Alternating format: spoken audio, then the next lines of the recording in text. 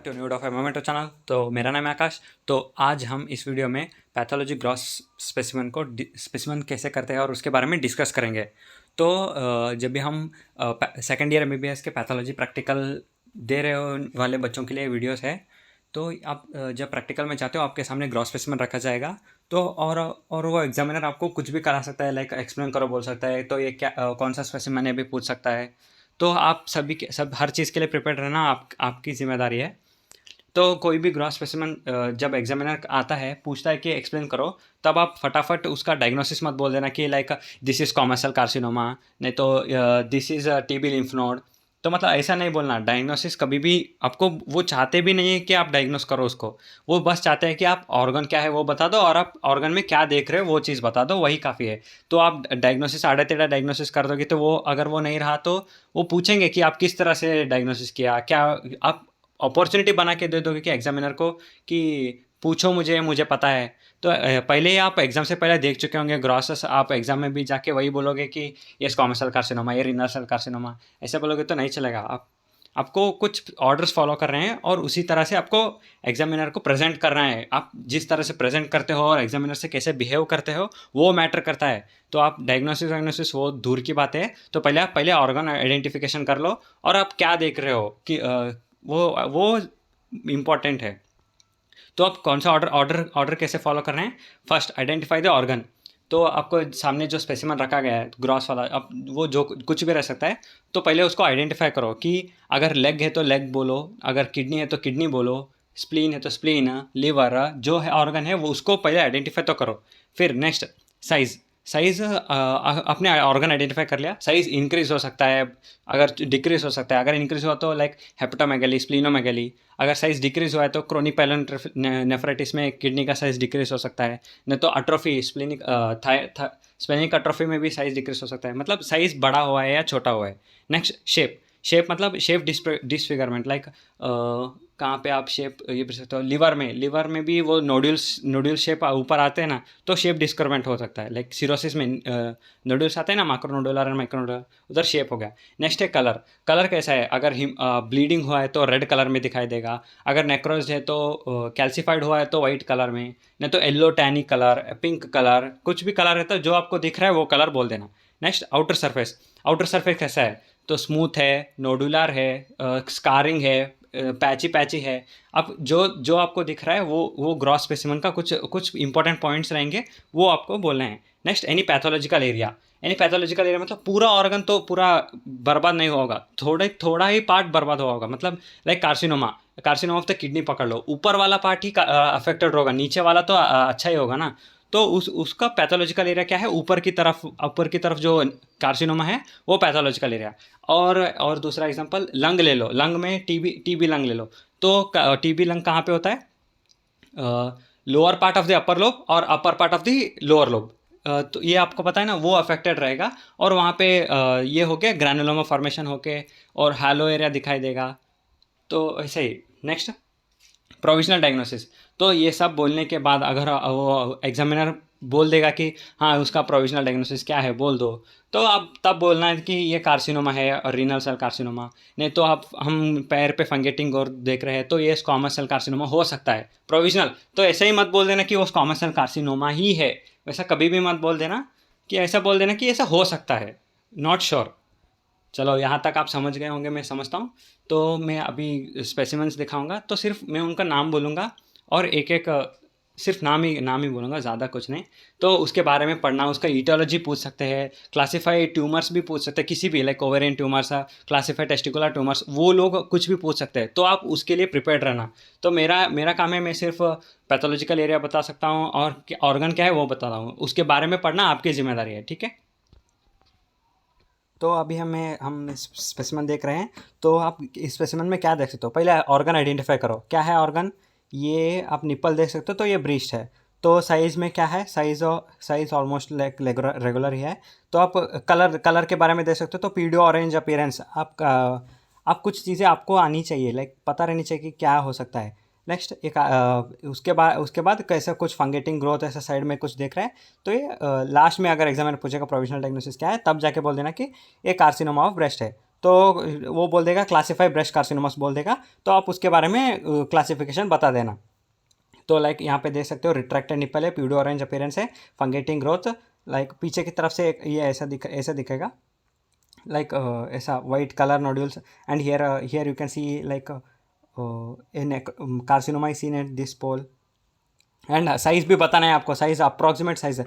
Like ऐसा नहीं कि आप स्केल लेके इतने से यहाँ कितना साइज़ है वो मेज़र करते ना, लाइक अंदाजे में बता सकते हो, लाइक 5/6 सेंटीमीटर, 4/10 सेंटीमीटर, मतलब लाइक अंदाजे में बता देना कि साइज़ क्या हो सकता है।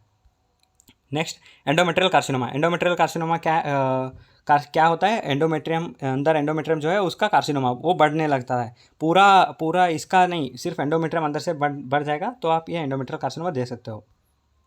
नेक्स्ट, फिब्रॉइड और लियोमायोमा, ये one of the most commonest cancer, benign cancer of the uterus है, और ये हमेशा हर कॉलेज में रहेगा ही रहेगा। लियोमायोमा क्या है? वर्ल्ड अपीयरेंस दिखेगा, और वो ट्यूमर कैसे रह सकता है? ट्यूमर भी 3 फॉर्म में रह सकता है। एक है सब सीरोसल, सीरोसल मतलब आउटर लेयर में ऐसा नोड्यूल बोल के दिखाई देगा, ये सब सीरोसल। नेक्स्ट होता है इंट्राम्यूरल, इंट्राम्यूरल मतलब ये इसका एंडोमेट्रियम 3 पार्ट, पेरीमेट्रियम, मायोमेट्रियम और एंडोमेट्रियम। मायोमेट्रियम में एक ऐसा अंदर की तरफ रहेगा, वो है इंट्राम्यूरल। नेक्स्ट है इंट्राम्यूकोस, सब म्यूकोसल मतलब अंदर की तरफ एंडोमेट्रियम कैविटी में एक नोड्यूल बन के दिखाई देगा, वो है सब म्यूकोसल। तो 3, वो एक डायग्राम है हर्षमोहन में, तो आप देख सकते हो। नेक्स्ट, आप एग्जामिनर को ऐसा बोल सकते हो कि यहाँ पे टीनिया कोले दिख रहा है, तो ये यहाँ पे कहाँ गया, हाँ ये रुगे टाइप, रुगे नहीं है, ये लाइंस दिख रहे हैं, और ये टीनिया कोले है, तो ये लार्ज इंटेस्टाइन, तो इंटेस्टाइनल कार्सिनोमा।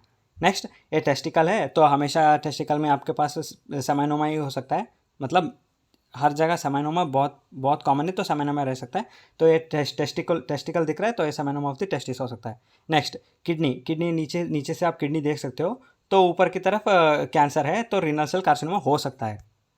नेक्स्ट, हाँ यहाँ पे आप नेल देख सकते हो, और ये है बोन, तो ये गैंग्रीन ऑफ द टो है। कन्फ्यूज हो जाएंगे बच्चे कि ये क्या है, तो ये है caseous necrosis of the lymph node, TB. ऐसा नहीं बोलना कि उसी के लिए लिया गया है, तो आप बोल सकते हो कि these are some cut section, so we can see grey white lesions, we can see some grey white lesions here, so these are the may be the lymph nodes which can be taken for TB. These are some gray white lesions is seen inside the lymph node, so these may be cut sections of the TB lymph node. Next, तो आप नीचे यहाँ पे kidney देख सकते हो, ऊपर की तरफ अपर पोल में एक कार्सिनोमा है, तो ये रीनल सेल कार्सिनोमा, और वो 100% आपको आगे नेक्स्ट क्वेश्चन वही होगा कि क्लासीफाई रीनल सेल कार्सिनोमा, नहीं तो ये बोल देंगे कि बेनाइन है, मैलिग्नेंट है, वो बोल दो, नहीं तो वो इसके बारे में पूछेंगे कि साइज़ क्या है, वो बोलना है, हर चीज़ आपको प्रेजेंट करना है, प्रेजेंट नहीं, ऐसा नहीं कि आप सीधा डायग्नोसिस बोल दो। तो नेक्स्ट, ये म्यूकस एडेनोमा, क्योंकि यहाँ पे मल्टीपल लोब देख सकते हो, और ये ओवरी का कार्सिनोमा है। नेक्स्ट, लियोमायोमा मोस्ट कॉमन है, तो एक बड़ा सा बलून जैसा कुछ दिखेगा, वो बलून जैसा भी हो सकता है, नहीं तो एक सर्कल की तरफ भी हो सकता है, वो अंदर की तरफ भी हो सकता है, नहीं तो बाहर की तरफ। इंट्राम्यूरल, सब म्यूकोसल, सब सिरोसल, वो कैसा है वो भी बोलना है, और वर्ल्ड अपीयरेंस भी दिखाई देगा। नेक्स्ट, सीरस स्टेडिनोमा और म्यूकस स्टेडिनोमा में डिफरेंस कैसे कर सकते हो? तो अब आपको जो दिख रहा है वही बोलना है, लाइक यहाँ पे ये सीरस का ये लेयर बहुत थिन है, और यहाँ पे मल्टीपल लोब्यूल्स दिख रहे हैं, तो सीरस में एक single lobule thin layered filled with serous fluid, वो म्यूकस में म्यूकस फ्लूइड फिल्ड रहता है। नेक्स्ट, मल्टीनोडुलर गोइटर, ये पहले आप ऑर्गन आइडेंटिफाई कर लो कि ये थायराइड है, उसके बाद यहाँ पे हिमोरेज कैल्सिफिकेशन नेक्रोसिस जो दिख रहा है वो बोल देना, और ये लास्ट में बोल देना कि प्रोविजनल डायग्नोसिस ये है मल्टीनोडुलर गोइटर। ये ज़रूरी नहीं है कि आप इसको पैपुलरी कार्सिनोमा ऑफ थायराइड ही बोल दो, तो आप इतना बोल दो कि ये थायराइड है और इसमें कार्सिनोमा हो सकता है, इतना काफ़ी है। ये ज़रूरी नहीं है कि आप पैपुलरी बोलो, फॉलिकुलर एडिनोमा बोलो, और ये मेडुलरी कार्सिनोमा ऑफ थायराइड, ये बोलना ज़रूरी नहीं है कि आप इतना पहले ऑर्गन आइडेंटिफाई कर लो, उसके बाद वो पूछेंगे कि कार्सिनोमा ऑफ थायराइड बोल देना, और क्लासीफाई कार्सिनोमा बोल देंगे, उसका क्लासिफिकेशन बोल देना, बस इतना ही। ये ज़रूरी नहीं है कि हर बार आप उनको ये डायग्नोसिस ही बोल दो, ठीक है। नेक्स्ट, तो ये एक और ग्रॉस स्पेसिमेन है, तो आप यहाँ पे नीचे की तरफ फिंगर देख रहे हो, और ये बोन है, तो ये गैंग्रीन है। नेक्स्ट, हाँ, तो इसको कैसे आइडेंटिफाई कर सकते हो, तो ये ऊपर जो हर हर जगह ये ऊपर से स्किन ही दिखेगा, तो स्किन में एक होल टाइप है, तो ये नॉन हीलिंग अल्सर। हाँ, तो मैंने अभी अभी बताया ना कि किसके लिए है, तो आप बोल सकते हो किसके लिए, टीबी लिम्फ नोड। ऐसा कभी भी मत बोलना कि ये cut section of the lymph node से, तो और उसके अंदर हमको ग्रे वाइट कुछ दिख रहा है बोल के बोल देना। ये ग्रे वाइट थोड़ा याद रखना, आगे बहुत काम आएगा। तो ये क्या है, तो आप थोड़ा सोच लो ये क्या हो सकता है। अगर कुछ भी नहीं पता तो इतना बता दो कि हाँ, we can see some white colour soft tissue and this is slightish yellowish in colour and size ranges from so and so. आप कुछ भी बोल दो कि ऐसा ज़रूरी नहीं कि आप हर ऑर्गन आइडेंटिफाई करो और उसका प्रोविजनल डायग्नोसिस बता दो। और कुछ भी नहीं पता तो कुछ तो बोल सकते हो कि लाइक ऐसा ऐसा कुछ दिख रहा है हमें, ये सॉफ्ट टिश्यू हो सकता है, ऐसा कुछ कुछ भी बोल देना बस। मुंह मुंह खोलो, वही बड़ी बात है। हाँ, तो ये one of the most important specimen है। तो क्या देख सकते हो यहाँ पे, हम गैस्ट्रिक रूगे देख सकते हैं, तो ये स्टमक तो है, ऑर्गन आइडेंटिफाई हो गया। तो और इस पैथोलॉजिकल एरिया क्या है, यहाँ पे नीचे की साइड में आपको कुछ दिख रहा है। हाँ, वो क्या है, अल्सर हो सकता है, नहीं तो कार्सिनोमा हो सकता है। तो बोल देना ये गैस्ट्रिक कार्सिनोमा है। ठीक है, तो आपको जो दिख रहा है वो बोलना है, ये भी वही है, तो आप उसको अच्छे से देख लो। तो ऑलमोस्ट हर जगह में, हर कॉलेज में एक स्पेसिमन 100% रहेगा, एक आदमी का लेग रहेगा, और वो हमेशा स्क्वामस सेल कार्सिनोमा के चांसेस बहुत बड़े हैं। तो आप डायग्नोसिस मत बोल देना कि स्क्वामस सेल कार्सिनोमा है छट से, तो आप पहले बोल देना this is a cross specimen, we can see a leg and bone is lesion and some ulcer of some proliferative growth on the leg, and it is a whitish in color, gray white in color, नहीं तो whitish in color, and it is exophytic growth is seen, and on cut section, अगर cut section रहा तो endophytic growth भी दिखाई दे सकता है अगर कट सेक्शन के। तो this is squamous cell carcinoma, ये हर कॉलेज में रहेगा। नहीं तो ये ऊपर की तरफ रह सकता है, नहीं तो यहाँ नीचे नीचे एंकल की तरफ भी रह सकता है। आपके पास जैसा है वैसा बोल देना। तो नेक्स्ट, हाँ, ये आप देख सकते हो, ये लंग है। तो पहले ऑर्गन आइडेंटिफाई हो गया लंग, तो यहाँ पे कुछ बीच में कुछ देख रहे हो वाइट रेड कलर का, तो ये ब्रोंकियल कार्सिनोमा। ज़रूरी नहीं है कि हर कॉलेज में ऐसा ही स्पेसिमन हो, आप अपने अपने कॉलेज के स्पेसिमन को अच्छी तरह से आइडेंटिफाई कर लो, उसके बारे में पढ़ लो। आपको जो को भी देगा उसका क्लासिफिकेशन, इटियोलॉजी वो थोड़ा याद रख के जाओ, और स्पेसिमन एटलीस्ट स्पेसिमन क्या है वो तो याद बाइट कर लो अपने कॉलेज का। ठीक है, हाँ। तो नेक्स्ट, ये दूसरा लंग का स्पेसिमन है। तो आप क्या देख रहे हो, ये लोअर लोब में लोअर लोब के अपर पार्ट में कुछ ग्रे वाइटिश कलर कुछ दिख रहा है, तो ये कार्सिनोमा हो सकता है। तो ये लंग कार्सिनोमा है, ये ऊपर वाला ब्रोंकियल कार्सिनोमा था, तो ये लंग कार्सिनोमा।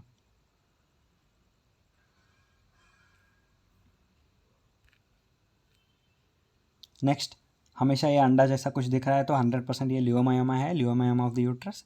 उसमें क्लासिफिकेशन पूछ देंगे, नहीं तो यूट्रस का कुछ भी पूछ सकता है। तो पहले ऑर्गन आइडेंटिफाई करना सीखो गाइस, वही बड़ी बात है। हाँ, तो ये कुछ नया आ गया है। तो आप देख सकते हो कि ये यूट्रस है, फर्स्ट आइडेंटिफाई यूट्रस हो गया। नेक्स्ट, ये कुछ गोल जैसा कुछ दिख रहा है, तो ये पक्का कार्सिनोमा हो गया, लाइक कैंसर तो है पक्का। नेक्स्ट, ये कौन से पार्ट में है, रीजन में है, ये सर्वाइकल रीजन में है। तो ये सर्वाइकल रीजन में तो सर्वाइकल कार्सिनोमा, नहीं तो सर्वाइकल पॉलिप देख सकते हैं। तो अब वो नेक्स्ट क्वेश्चन पूछेगा कि ये क्यों हो सकता है।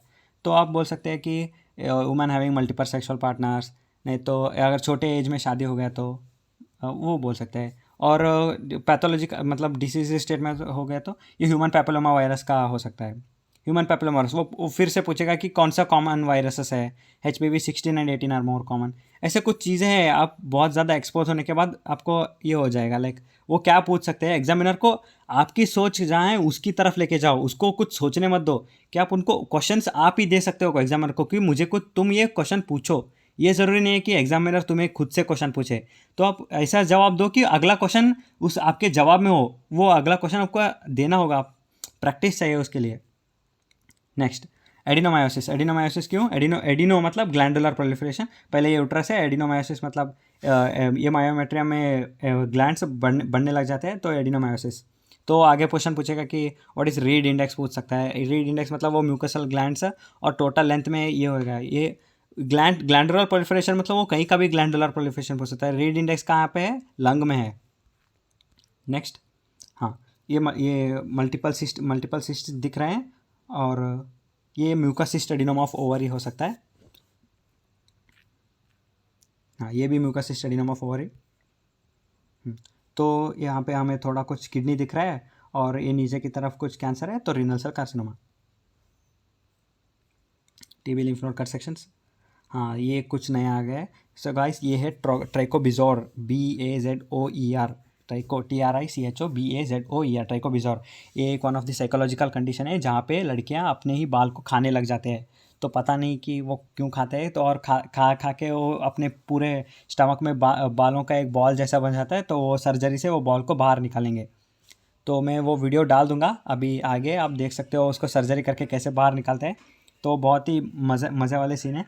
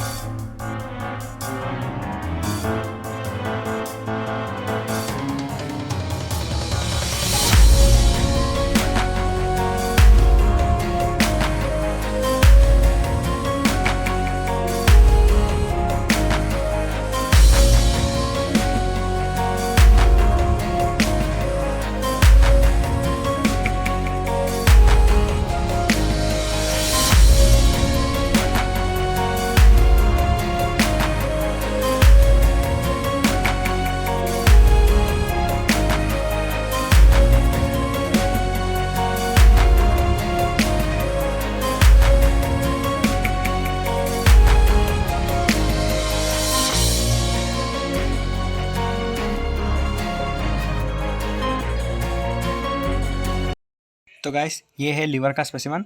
तो आप देख सकते हो ये लीवर है और यहाँ पे ये गाल ब्लैडर है, ये जो दिख रहा है ये गाल ब्लैडर, ये है लीवर। लीवर का साइज़ थोड़ा सा छोटा हो चुका है और हमें लीवर के ऊपर नोड्यूल्स दिखाई दे रहे हैं। तो ये नोड्यूल्स कहाँ पे है? Cirrhosis, liver cirrhosis. पहले हमने लीवर सिरोसिस तो हो गया। लीवर सिरोसिस होने के बाद ये नोड्यूल्स दिख रहे हैं, माक्रो नोडुलर और माइक्रो नोडुलर। माक्रो नोडुलर मतलब greater than 3 mm of size, micro nodular मतलब less than 3 mm of size. तो साइज़ ये सिरोसिस में स्टेज में सिरोसिस पूरा वो पूछ सकते हैं कि सिरोसिस कैसे होता है, बोलो स्टेप्स बोलो। पहले स्टीयोटोटिस, फिर फाइब्रस चेंज, फिर बाद में सिरोसिस, वो स्टेप्स पूछ सकता है। फैटी चेंज स्टीयोटोटिस, फिर फाइब्रस चेंज सिरोसिस। तो लास्ट स्टेज में सिरोसिस की वजह से साइज़ डिक्रीज होगा, क्योंकि फाइब्रोसिस होगा ना, उसके लिए साइज़ डिक्रीज होगा।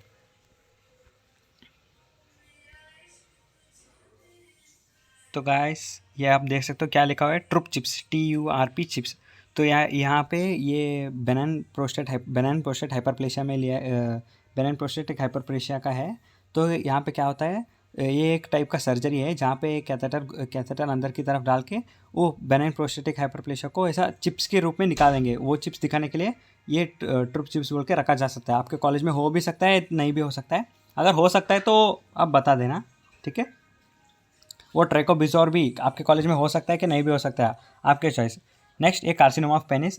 तो पहले आप बोल देना कि पहले आइडेंटिफाई करो, फिर बाद में साइज इंक्रीज या डिक्रीज हुआ है बोलो। पैथोलॉजिकल एरिया आइडेंटिफाई करो, फिर बाद में करेक्ट प्रोविजनल डायग्नोसिस बोलो। फिर एग्जामिनर क्वेश्चन करेगा कि क्लासीफाई कार्सिनोमा बोल देगा, तो आप बोल देना जर्म लाइन्स, क्लासिफिकेशन जिसका पूछेगा उसका बोल देना, ठीक है। नेक्स्ट ये सेमेनोमा ऑफ द टेस्टिस है।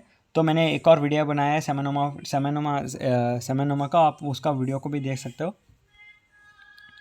कलर टेक्सचर सब बोलना आपकी जिम्मेदारी है, किसी नहीं कि आप मेरे ऊपर छोड़ देना। मैं कुछ भी बोलूँगा, अगर वो कुछ गलत हुआ तो आप मेरे ऊपर ये कर दे।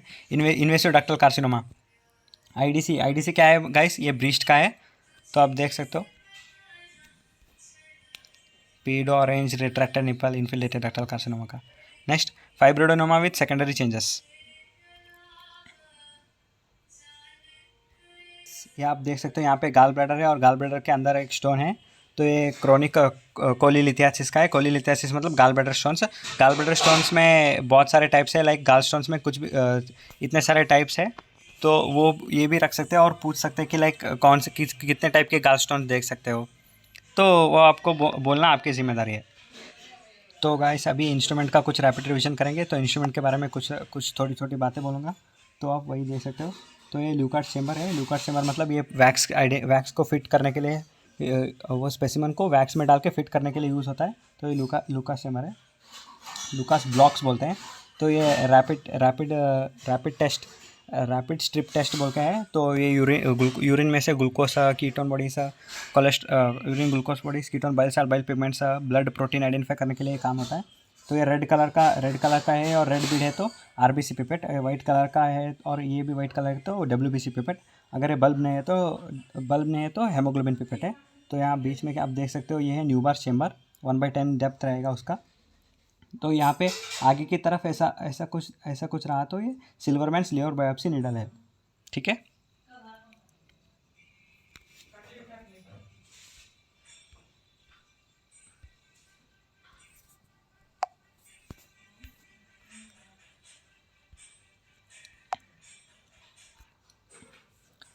तो नेक्स्ट में आप देख सकते हो, तो यहाँ पे है सर्ली हेमोग्लोबिनोमीटर है, कंपैरेटर बॉक्स में, और उसका टेस्ट ट्यूब भी है यहाँ पर। तो ये काम किसके लिए काम आता है? हेमोग्लोबिन एस्टिमेशन के लिए काम आता है। तो नेक्स्ट है यहाँ पे हम वैक्यूटेनर्स देख सकते हो यहाँ पे, और यहाँ पे red colour, green colour, grey colour और लैवेंडर कलर का वैक्यूटेनर है। लैवेंडर कलर का वैक्यूटेनर किसके लिए काम आता है? ईडीटीए रहता है उसमें, एंटीकोगुलेंट, और वो मोस्ट यूज्ड वैक्यूटेनर है। नेक्स्ट है ग्रे कलर का। ग्रे कलर में सोडियम फ्लोराइड रहता है, ग्लूकोज एस्टिमेशन में काम आता है। और रेड कलर में नो एंटीकोगुलेंट है, और ग्रीन कलर में हेपेरिन रहता है।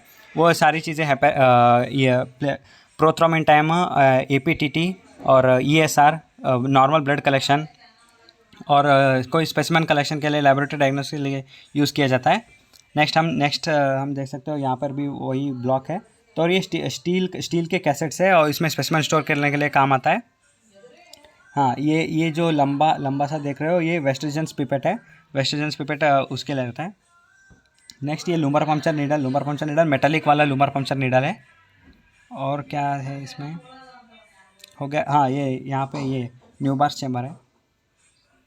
हो गया गाइस, इसमें ज़्यादा कुछ नहीं है। चलो ठीक है। तो गाइस ये देख रहे हो, ये है सलास बोन मैरो एस्पिरेशन नीडल। तो इसके कुछ पार्ट्स होते हैं, स्टिलेट्स, ये बोल के, वो आप पता रहना चाहिए। तो ये 5 नीडल एस्पिरेशन साइटोलॉजी के लिए ये ट्रिगर, ये नीडल है, ये 5 नीडल एस्पिरेशन साइटोलॉजी। नेक्स्ट ये लूमर पंक्चर नीडल है और इसके अंदर स्टाइलेट, ये spinal needle lumber puncture between L3 and L4 करते हैं, और लूमर CSF के लिए यूज़ होता है। नेक्स्ट ये वैक्यूटेनर्स है डिफरेंट कलर्स के। नेक्स्ट ये लंबा वाला वेस्टर्जन्स ट्यूब, छोटा वाला विंट्रोप्स ट्यूब रहता है। तो ये है वेस्टर्जन्स पिपेट, ESR एस्टिमेशन के लिए। ये है विंट्रोप्स ट्यूब, ये भी ESR एस्टिमेशन के लिए काम आता है। ये कॉपलिस चेम्बर है, अंदर यहाँ पे हम स्लाइड रखते हैं और इसके अंदर हम अल्कोहल वो डालते हैं और स्लाइड रखते हैं। कॉपलिन जार है ये बहुत काम का है।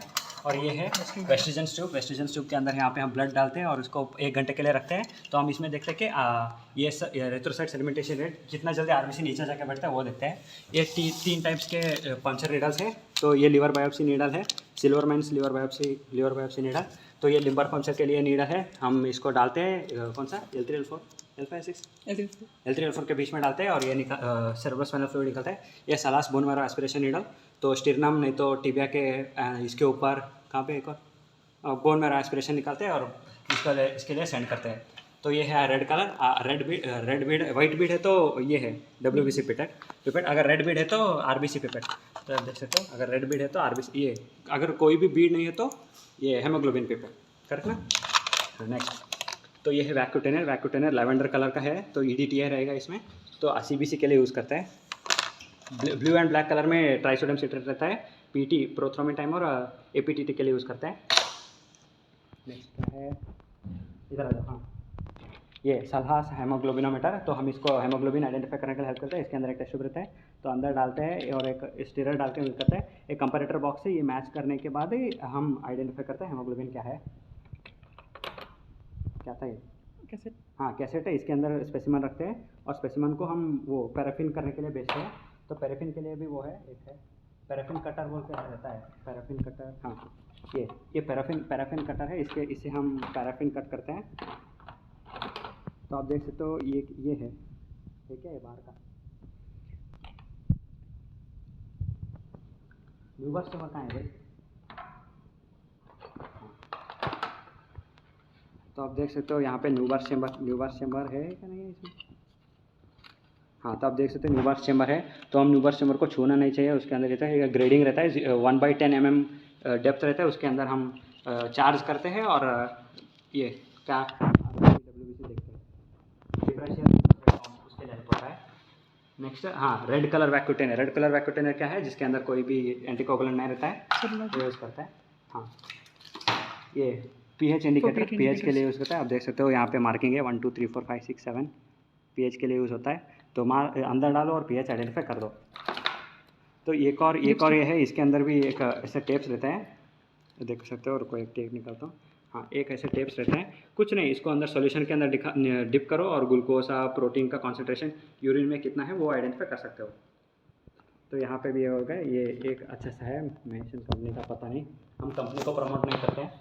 तो आप देख सकते हो ये है पैराफिन के लिए। तो हम इसको ऐसा रखते हैं, ऐसा रख के इसके अंदर बायोप्सी स्पेसिमेन डाल के पैराफिन डालते हैं और पैराफिन से अंदर सील हो जाता है। तो आप देख सकते हो कोई भी ऑपरेशन हो जाए तो आपको स्पेसिमेन देते हैं ना, प्रूफ के नाम पे, वो है। हाँ, ये बॉटल है, लाइट को अंदर एंटर करने के लिए नहीं देता, पता नहीं इसका कुछ नहीं है सिग्निफिकेंस। कलोरीमीटर के लिए अंदर भी इतने ऐसे टेस्ट होता है कलोरीमीटर, इसका भी कोई इतने पैथोलॉजी का रिलेटेड नहीं है। हाँ, तो ये ग्लास वाला कॉपलिंस जार है, ये असली में यूज़ होता है, पर आजकल प्लास्टिक में आ रहे हैं। ये ग्लास वाला कॉपलिन जार। और कुछ हमने कुछ मिस किया? ये नॉर्मल सिरिंज है, नीडल है, इसका कुछ ऐसा कुछ नहीं है। हाँ, ये एक हमने इम्पोर्टेंट छोड़ दिया ना भाई, इसके अंदर है क्या, किसके अंदर है, यहाँ पे है। तो आप देख सकते हो गाइस, ये क्या है गाइस, बहुत most important, most trending thing, ये है यूरिनोमीटर। इसके स्पेसिफिक ग्रेविटी डिटरमाइन कर सकते हैं यूरिन का। ये बहुत हेल्पफुल है और सबसे ज़्यादा क्वेश्चन इसी पे पूछा जाता है। तो ये नॉर्मल स्पैचुला है, ये भी पता रहना चाहिए। हाँ, ये टेस्ट ट्यूब क्लीन करने के लिए हेल्प होता है।